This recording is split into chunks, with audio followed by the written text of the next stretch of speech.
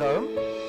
자, 요단강을 중심으로 동편과 서쪽을 나누어서 오른쪽 동쪽 편에와 왼쪽 다 헤브론부터 우리가 잘 알고 있는 특별히 고산지대에 있는 것을 볼 수 있고 누구나 쉽게 찾아갈 수 있는 도피성이었다는 것을 우리는 알게 됩니다. 자, 요단강을 중심으로 동쪽과 서쪽에 6개 도피성이 있다는 걸 우리가 배웠습니다. 자, 그렇다면 이어서 우리가 말씀을 잠시 보면요, 용서라는 것은 참 많은 부분을 우리를 진정 자유케 만듭니다. 증오라는 말이 헬라어로 무슨 뜻인지 기억하십니까? 계속해서 반복해서 느낀다라는 거예요. 다시 말하면 나에게 누군가가 상처와 아픔을 준 거를 아침에 일어날 때마다, 밥 먹을 때마다, 운전하고 걸어갈 때마다 계속 그것을 상기시킨다는 것이죠. 증오의 화살이라는 것이 내가 싫어하는 그 사람에게만 쏙 맞춰 화살을 쏘는 것이 아니라 그 인간이 싫으니까 그 옆에 인간도 싫고 그 옆에 인간만 싫은 게 아니라 그가 타고 다니는 자동차, 그가 살고 있는 집, 동네 모든 것이 싫다라는 거죠. 그런 악영향이 주변에도 끼친다는 것입니다. 그 악영향은 결국 돌고 돌아서 언젠가는 내 등에 꽂히게 된다는 것이죠. 그래서 신약 성경에는요, 용서를 가리키는 헬라어 뜻이 뭐냐면은 스스로를 놓아준다라는 뜻입니다. 증오의 뜻은 계속해서 반복해서 느낀다라고 뜻이라면 이 용서는 헬라의 뜻이 스스로를 놓아준다라는 뜻입니다. 지난 시간에 나누었던 것처럼 우리는 마음속에 살아가면서 미움의 방이라는 걸 만들어 놨습니다. 그 미움의 방에 내가 미워하고 싫어하고 나에게 상처 줬던 그 사람을 가둬놓는다라고 했죠. 자, 그 마지막 방에 누가 있다라고 했죠? 내 자신이 있다는 거예요. 내 자신이 그 방에 있어요. 압박한 이 죄수들을 다 풀어주어야 결국 나도 나올 수가 있다는 것입니다. 여러분, 용서를 거부하게 될 때 우리는 스스로 미움의 노예로 묶어놓게 되는 것입니다. 그래서 우리는 용서만이 우리 영혼을 새처럼 자유롭게 할 것입니다. 저는 우리 교회가, 우리 부곡 순복음 교회가 이처럼 사랑이 많고 용서가 많고 이런 행복한 교회가 될 수 있기를 축복합니다. 여러분 지금 살아오면서 마음속에 미움의 방에 누군가를 가두어 놓았다면 이제는 그를 자유함을 갖고 주 예수 이름으로 내보낼 수 있길 바랍니다. 예수님의 이름을 의지하며 그를 다 내보내는 거예요. 나를 상처 주고 아픔을 주고 나를 억울하게 만들고. 저도 말씀을 준비하면서 어제 또한 생각을 해보았어요. 근데 제 마음에 자유함이 있었습니다. 교회를 개척하고 또 교육자 생활을 20년 하면서 얼마나 많은 아픔과 상처와 억울함이 많았겠습니까? 그 다 말로 표현할 수 없겠지만 그런 것들 때문에 저도 모르게 생겨났던 이 미움의 방에 그 누군가가 있었습니다. 말할 수는 없지만 그 누군가를 제가 지난 설교 준비하면서 내보내야지, 그래 내보내야지 이 정도였다면 설교 말씀을 증거하고 나서는 자연스럽게 기도하면서 다 내보냈어요. 알고 봤더니 내가 그 인간을, 그 사람을 붙잡아서 내 마음에 놔뒀더라고요. 그러니까 모든 게 다 싫었어요. 그냥 꼴도 보기 싫고 말도 꺼내기 싫었는데 어제는 말씀을 준비하면서 또 마무리를 지으면서 제 마음에 자유함이 있었어요. 저는 그 사람 때문이라 생각했는데 아니었어요. 내가 그를 붙잡고 있었어요. 증오하듯이. 그런데 용서는 다 놓아주는 거잖아요. 스스로를 자유케 한다고 했잖아요. 바로 용서가 우리 모두를 자유케 되는 놀라운 은혜가 있게 될 줄 믿습니다. 마태복음 18장 35절 보니까 너희가 각각 마음으로부터 형제를 용서하지 아니하면 나의 하늘 아버지께서도 너희에게 이와 같이 하시리라. 아멘. 하나님은 이미 십자가에서 저와 여러분을 다 용서해 놓으셨습니다. 아멘이십니까? 그래서 용서는 선물인데 문제는 우리가 용서하지 못하면 하나님의 크신 용서를 우리가 누리지를 못한다는 거예요. 이미 용서를 했고 이미 베풀어 주셨는데 내가 그것을 누리지 못하는 이유는 내가 그 사람을 자꾸만 미움의 방에 가둬 놓고 있다는 것이죠. 1년이든 10년이든 20년, 30년이든 계속 그 마음에 가둬 놓았다는 거죠. 하나님의 십자가 용서에 그 은혜가 있는데 왜 누리지 못할까? 내가 형제를 미워하고 있기 때문에. 참 공감이 되더라고요. 제 마음이 딱 그랬거든요. 저는 안 그런 줄 알았습니다. 여러분 보기에도 제가 참 착하고 순해 보이지 않습니까? 그런데 알게 모르게 제 마음속에, 비오는 거 아니죠? 알게 모르게 제 마음속에 미움의 방에 그 부분들, 그 마음, 그 상처가 있었다는 거예요.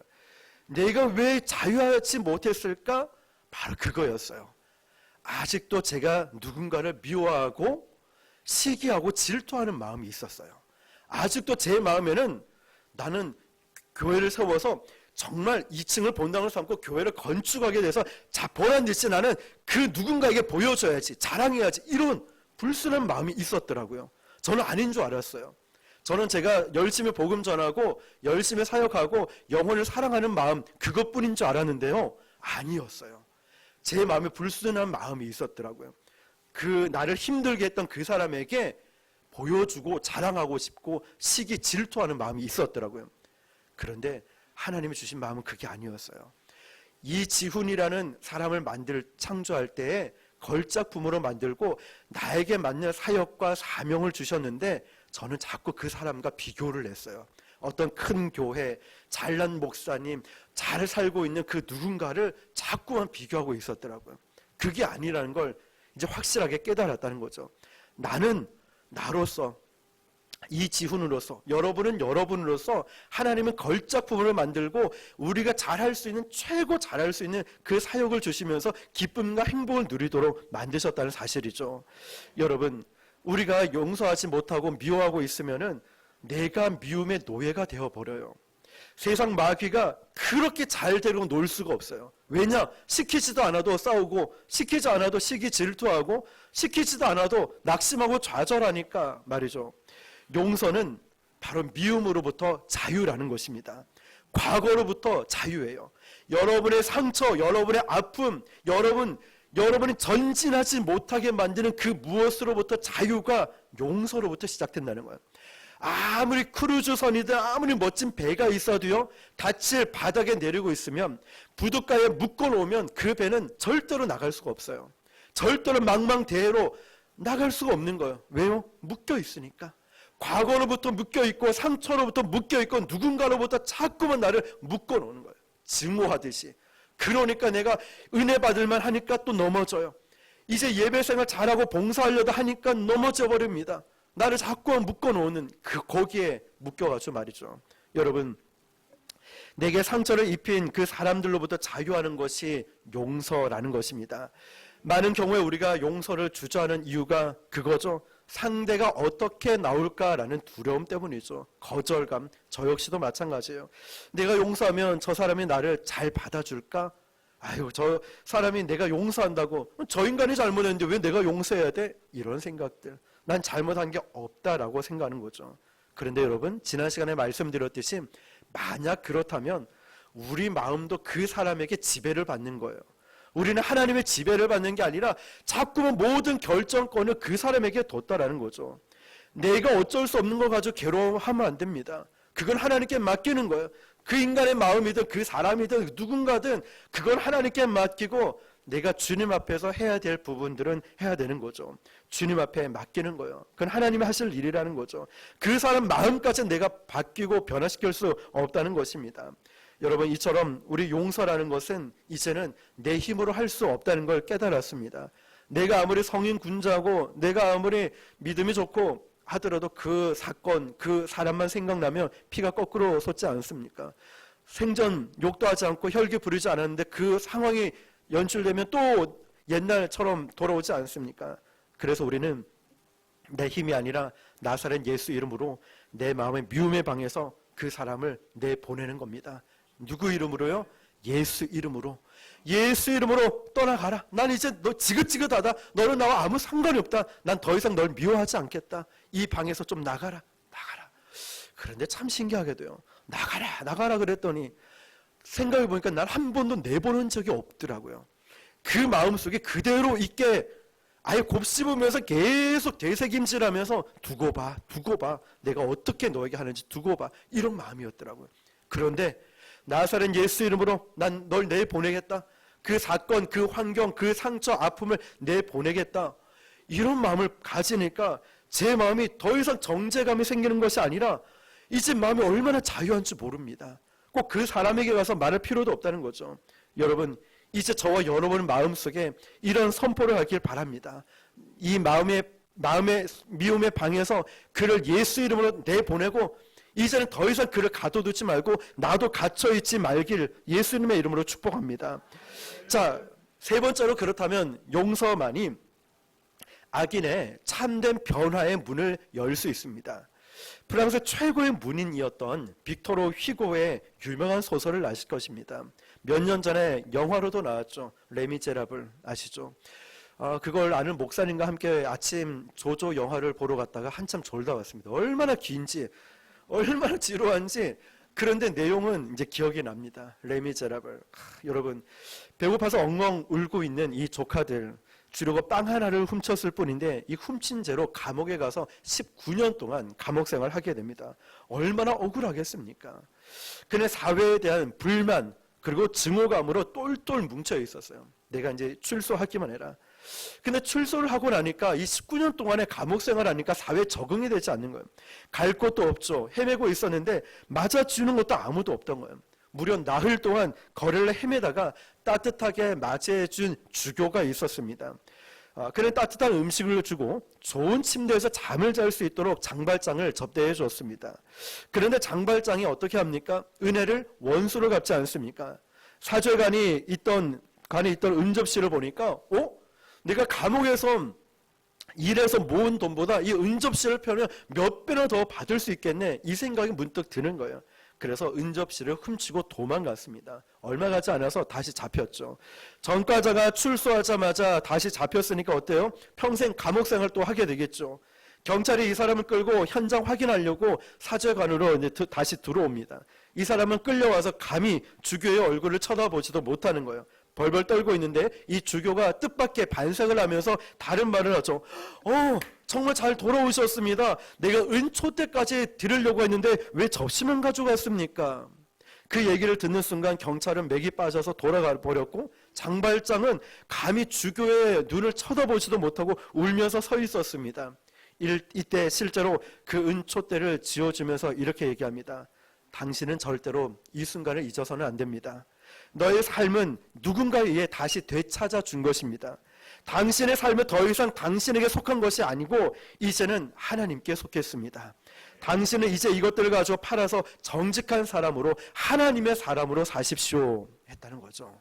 여러분, 그 어떤 것으로 변화시킬 수 없는 증오의 사나이 장발장이 그때 주교를 만나서 하나님의 사랑을 느꼈고 용서를 받았던, 은혜를 원수로 갚았던 이 장발장이 오히려 그 자기를 용서한 이 사랑을 받고 나서 그는 참회하면서 세상을 살게 됩니다.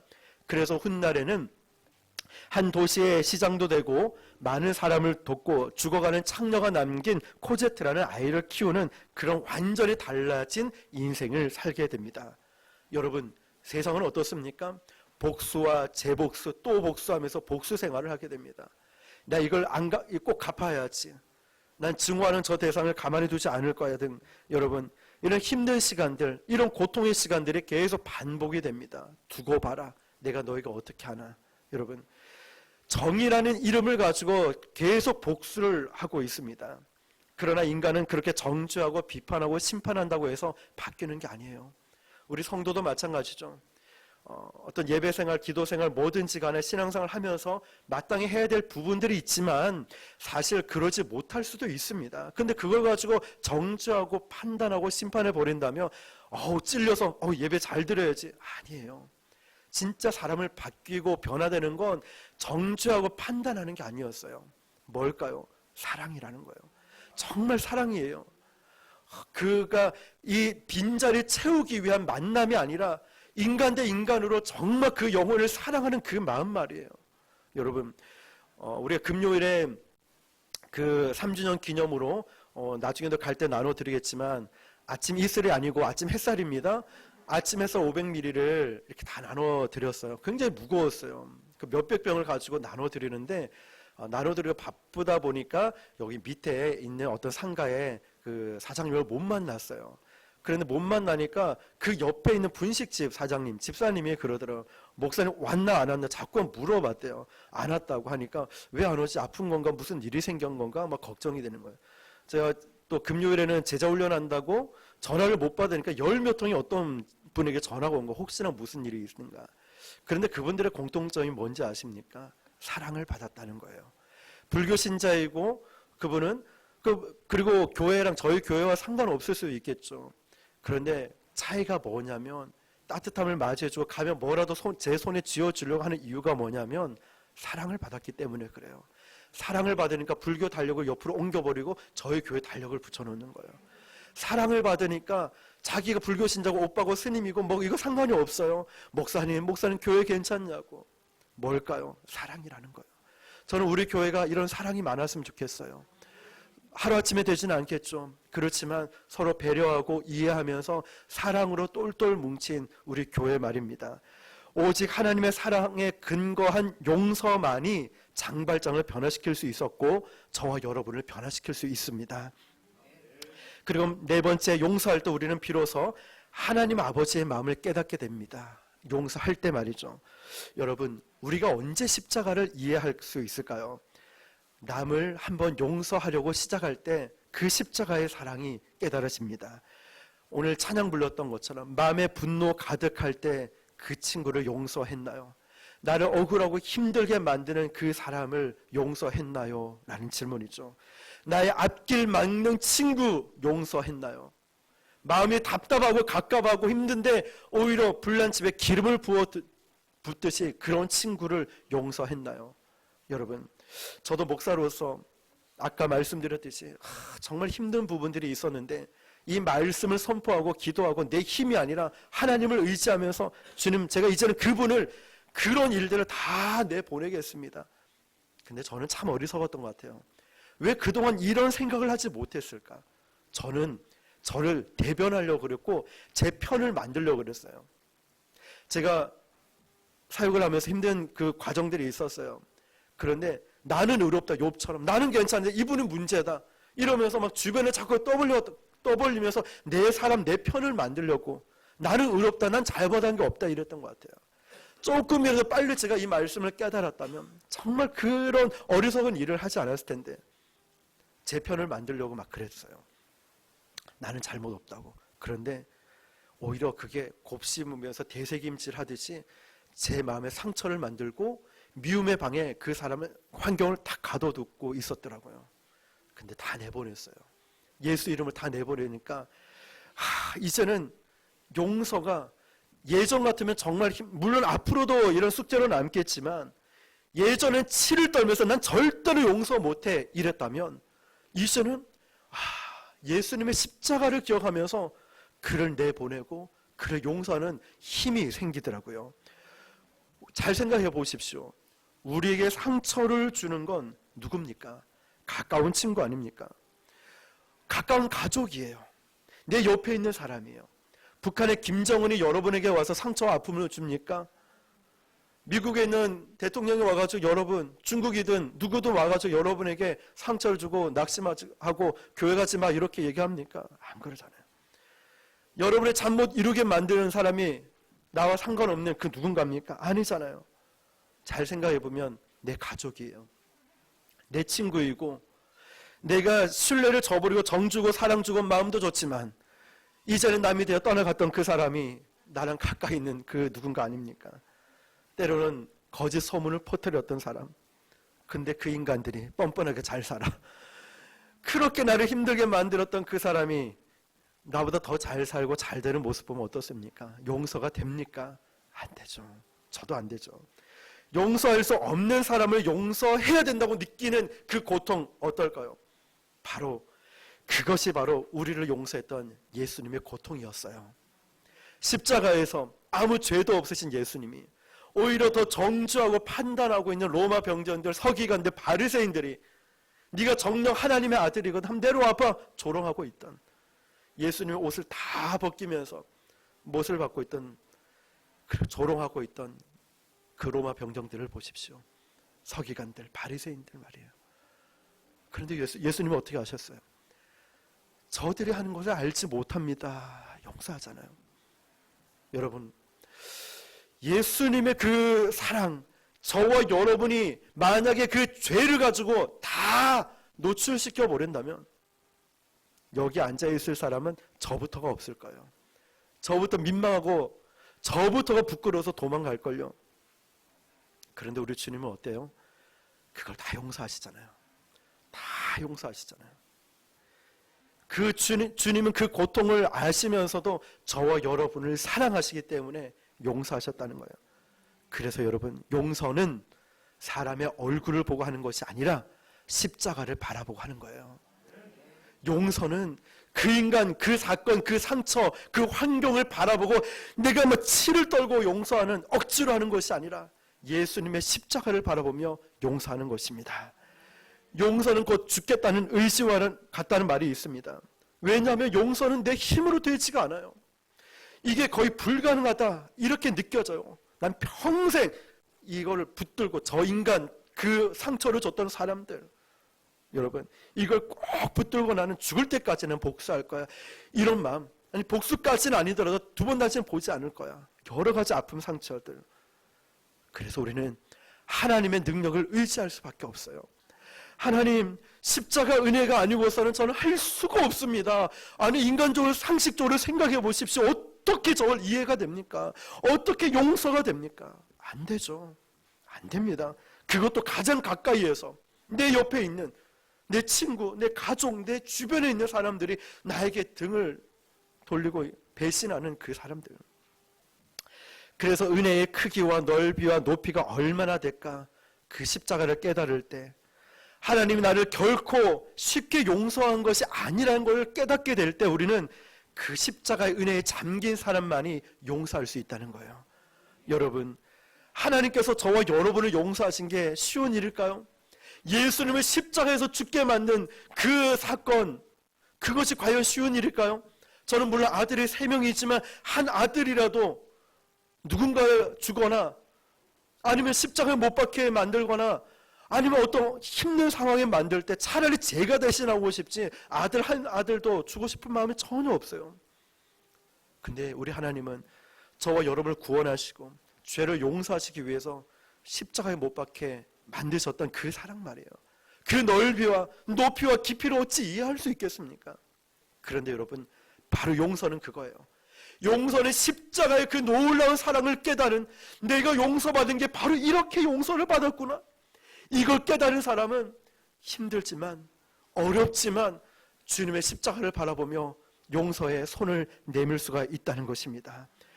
그래서 우리는 용서를 노력하지 말고 나는 용서를 해야 된다. 오늘 목사님 말씀하셨는데 용서해야지 노력하지 말고 첫 번째는 이겁니다. 은혜를 받아야 돼요.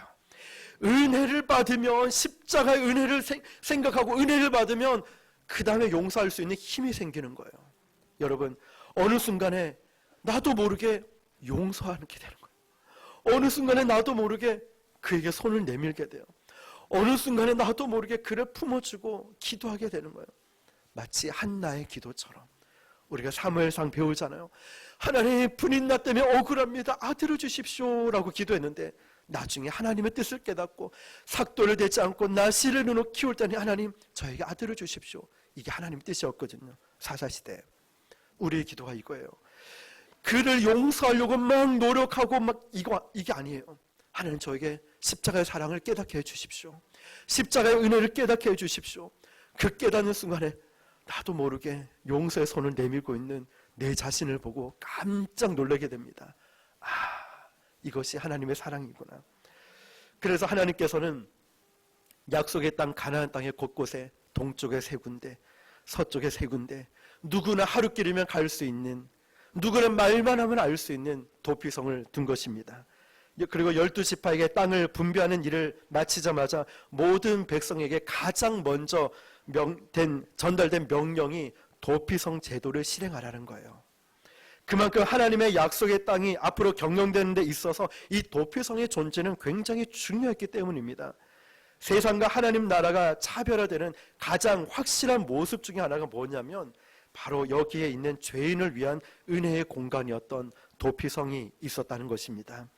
하나님의 백성들이 사는 곳에는 항상 은혜의 도피성, 다시 말하면 십자가가 있어야 됩니다.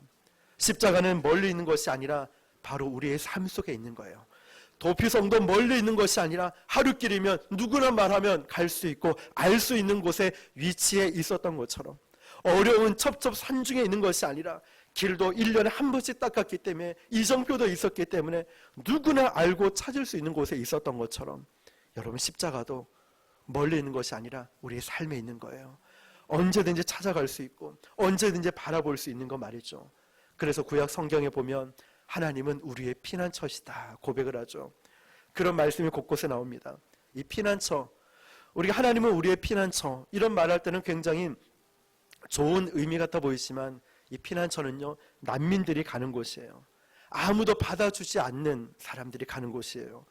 바로 죄인들이 가는 곳인데, 죄인들의 피난처가 되신 하나님께 들어가기 위해서는 우리 도피성 처음 들어갈 때 장로들에게 내가 부시 중에 살인을 저질렀습니다, 절대로 일부러 그런 것이 아니라 우연히 어떤 일을 하다 보니까 사고가 났습니다, 설명을 해야 되듯이 하나님께로 가기 위해서는 죄 문제를 반드시 해결해야 된다는 것입니다. 예수님의 십자가가 바로 그 죄 문제를 해결해 주시는 것입니다. 약속의 땅 도피성에는 과실 치사자들만 들어가지만 주님의 십자가는 의도적으로 죄를 지은 악인들도 죄인들도 회개하기만 하면 들어갈 수 있는 은혜의 장소였습니다.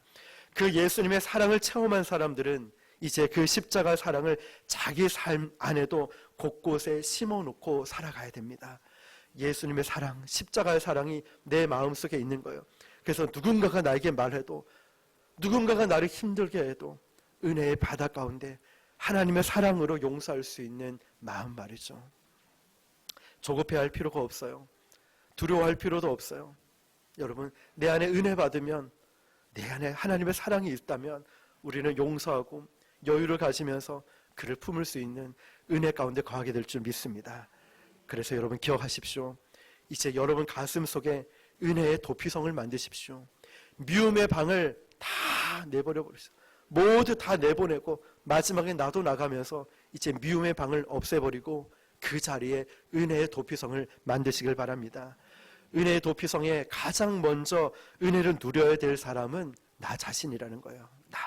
많은 사람들이 자기 자신에게 너무 가혹합니다. 자기가 저지른 실수, 자기가 저지른 잘못 용서를 하지 못합니다. 어떤 사람은 난 죽어야 된다, 나는 없어야 돼, 이런 자학하는 사람이 있습니다. 그런데 여러분, 우리는 내가 한 행위, 물론 잘해야 되겠지만 중요한 건 우리는 어떻게 살아가냐면 하나님의 은혜로 살아가는 사람이에요. 저 역시도 마찬가지고, 은혜 아니면 어찌 우리가 살아가겠습니까? 하나님의 은혜가 아니면 우리가 어찌 이 교회라는 공동체에 모여서 예배할 수 있을까요? 너무 완벽주의로 자기는 다 잘해야 된다고 생각하지 마십시오. 우리는 우리 자신을 바라볼 때마다 은혜로 이 정도면 됐다, 하나님의 은혜로 나 이 정도면 잘했죠, 주님, 나 잘하고 있죠, 열심히 하고 있죠, 하나님의 은혜로 이 정도면 되지 않았습니까? 하나님의 은혜로 우리 교회 3년 동안 열심히 정말 달려왔는데 이 정도면 되지 않았습니까? 물론 제 마음속엔 더 잘하고 싶죠. 처음 교회를 개척할 때 저는 굉장히 큰 꿈을 안고 어떡하지 걱정을 했어요. 갑자기 부흥해서 너무 몇백 명 오면 어떡하지? 앉을 자리 없어가지고 어떡하지? 정말 이 교회 너무 작은 것 같아, 아니면 이제 다른 곳에 가야지, 뭐 건축해야지, 이런 꿈. 그런데 현실은 그게 아니죠. 현실은 너무 힘든 거예요. 정말 어렵고 힘든 상황인 거예요. 근데 여러분, 지금 이 말씀을 나누면서 또 말씀을 준비하면서 부족함이 너무 많지만 이런 고백이 나오더라고요. 하나님, 이만하면 됐죠? 하나님, 저 이만큼 그 추운 날씨에도 태풍이 와도 전도할 사람이 없어서 그 물통 혼자 짊어지고 가다 자빠지고 넘어지고 고관절 깨져가지고 막 이렇게 쩔뚝거리면서도 그러면서 가고, 그 추운 날씨에 핫팩 2개 넣어가지고 손이 시려우면서도 그 밤늦게 9시, 10시까지 하루 6시간, 7시간 전도하면서 편의점에서 도시락 먹으면서 혼자 전도했던 거 하나님 아시죠? 억울한 일, 슬픈 일, 가슴 찢어지는 그런 일들 내색 못하고 혼자 끙끙 앓았던 거 아시죠? 하나님은 결과를 보시는 게 아니라 하나님은 과정과 그때 함께 하셨던 그 은혜를 누리게 하셨더라고요. 그럼 이만하면 됐죠. 하나님 이만하면 되지 않았습니까? 이런 고백 말입니다. 저도 그랬거든요. 완벽해야 된다라고 생각해서 주보 옷 하나 나면 다시 인사할 정도로 완벽해야 된다 이런 생각에 빠진 적도 있었습니다. 근데 말씀을 준비하면서 또 깨닫는 거예요. 그렇구나. 하나님 이만하면 되지 않았습니까? 우리 주님이 나를 덮어주는데 이제 나도 내 자신을 좀 용서하면서 나도 좀 내 자신을 사랑해야 되지 않는가라는 거죠. 우리 가정의 자녀들에게도 마찬가지예요. 완벽한 부모가 어디 있겠습니까? 자녀를 하나님의 은혜로 덮어주는 거죠. 자녀들도 부모를 너무 예리하게 그렇게 하면 안 되겠죠. 우리 애들처럼 아빠 돈 좀 벌어와 이러면 안 돼. 쫓겨난 애들이 벌써부터 돈을 알아가지고 아빠가 월급도 안 받고 뭐 어쩌죠 이러면서 아빠 좀 돈 좀 벌어와 이렇게 그러면 안 되겠죠. 그 애들한테 이제 영상 보여줘야 될 것 같아요. 좀 아빠한테 돈 벌어와 이렇게 하지 말고 사랑의 눈으로 우리 자녀들도 부모님을 바라봐야 되겠죠. 부모님들도 얼마나 힘든 시간들을 보내시겠습니까? 남편과 아내 서로 볼 때 마찬가지예요. 하나님의 은혜로 조금 속아줄 때도 있고 조금 베풀어 줄 수도 있는, 다시 말하면 남편과 아내 가정에 우리의 삶에 은혜의 도피성이 있어야 가족 아니겠습니까? 우리의 삶에 그 은혜의 도피성 말입니다. 여러분 직장에도 마찬가지예요. 은혜의 십자가가 흘러가야 되지 않겠습니까? 야, 집사님을 보니까 역시 다르구나. 진짜 예수님 교회 다니는 사람이 이렇게 살아야 된다 생각한다. 이런 인정한 말이죠. 그곳에서 하나님의 은혜가 좀 흘러가야 되지 않을까. 은혜의 도피성 말입니다. 교회도 그렇습니다. 거룩을 타협하라는 뜻이 아니에요. 예배 중요합니다. 기도 당연히 해야 됩니다. 찬양할 때 뜨겁게 하면 좋죠. 거룩을 타협하라는 게 아니에요. 그런데 제가 드리고 싶은 말씀은 서로의 연약함을 품어줄 수 있어야 된다는 거예요. 믿음이 이만한 사람, 좋은 사람이 있고 연약한 사람도 있고 다 다르다는 거예요. 그를 품어줄 수 있는 게 교회라는 거죠. 저는 우리 교회가 저 혼자만, 제가 어제 문득 이제 마무리를 지으면서 그 생각이 드는 거예요. 1주년, 2주년 다 열심히 했지만 혼자 열심히 뛰었던 시간들이 많은 것 같은데 3주년을 준비하면서 보니까 우리 성도들이 함께 준비한 시간들이 있었더라고요. 많이 있었더라고요. 그래서 너무 마음이 따뜻하고 감사했어요. 그래서 예수 안에서 함께 지어져가는 부곡 순복음 교회.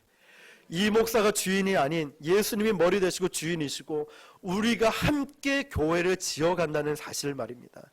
저는 그것이 너무 행복하고 앞으로도 우리 교회는 그런 교회가 되었으면 좋겠어요. 비전과 꿈을 저 혼자만 갖고 교육자만 알고 있는 것이 아니라 우리 모두가 함께 공유하고 함께 기도할 수 있는 교회 말입니다. 연약한 성도를 품을 수 있고 아픔이 있는 성도에게 품고 이해하고 따뜻한 그런 교회 말입니다. 한국 교회가 문제가 많다라고 말을 합니다. 개혁해야 된다라고 말하는 사람도 많습니다. 뉴스에서 언론에서 안 좋은 기사들이 많이 뜹니다. 근데 같은 크리스천끼리 공격하면 안 되겠죠. 근데 옳은 말을 하긴 합니다. 그렇지만 너무 사납게 하는 게 문제예요. 너무 거칠게 공격을 합니다. 목회자, 교회 성도들을 말입니다. 우리는 한 몸 아니겠습니까? 다른 교회도 마찬가지고 목회자도 한 몸 아니겠습니까? 그래서 우리 교회는 개척하자마자 주님께서 그 마음을 주셨어요. 우리 교회만 잘하고 부흥하고 성장하고 열심히 하는 게 아니라 우리 교회보다 더 어려운 교회를 돌아보라는 마음을 주셨어요.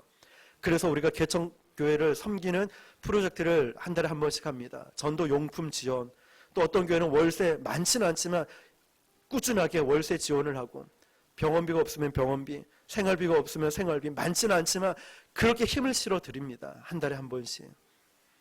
그렇게 흘려보내니까 저희 교회 재정보다는 사실 외부에서 헌금이 들어왔다는 통장이 있거든요. 그 헌금에 들어온 액수만큼 다 흘려보내는 거예요. 여러분, 우리 교회만 잘하는 게 아니라 한 몸이니까 그 목회자, 그 교회를 섬겨야 되기 때문이죠.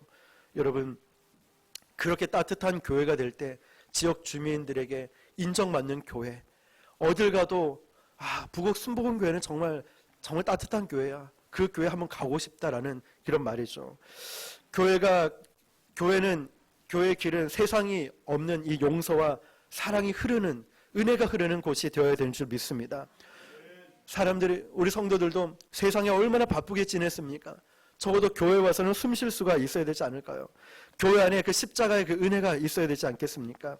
골로새서 3장 13절 보니까 누가 누구에게 불만이 있거든 서로 용납하며 피차 용서하되 주께서 너희를 용서하신 것 같이 너희도 그리하라 말씀합니다. 서로 용납하고 피차 용서하라는 말은 무슨 뜻일까요?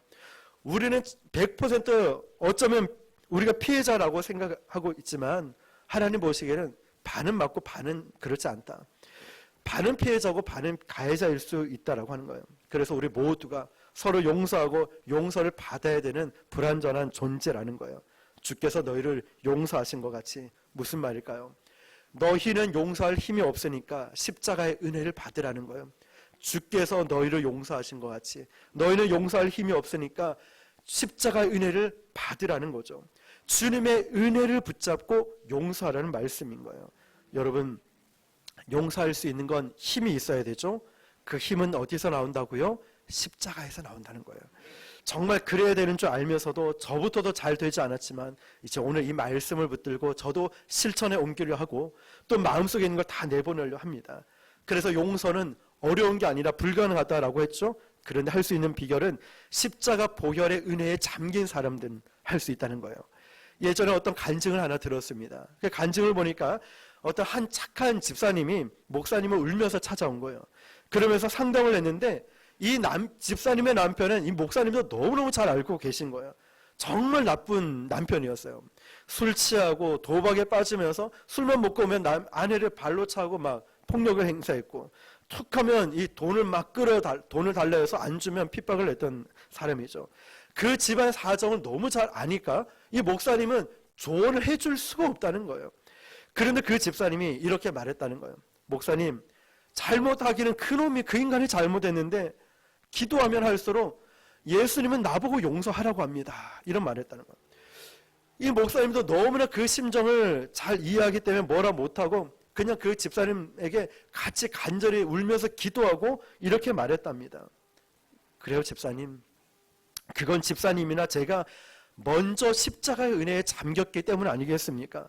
더 주님의 음성을 잘 들었으니까 우리 먼저 용서합시다 라고 말했답니다. 여러분, 그렇습니다. 이 용서는요, 주님의 십자가의 은혜에 잠긴 사람이 먼저 할 수 있는 거예요. 용서는 우리 의지로 할 수 있는 게 아니라 십자가에 근접해서 십자가로부터 흘러오는 그 은혜를 받은 사람, 그 힘으로 용서할 수 있다는 것입니다. 사람 보고 할 수는 없죠. 십자가를 봐야 돼요. 그래서 예수님을 만나지 못한 사람은 용서를 할 수가 없어요.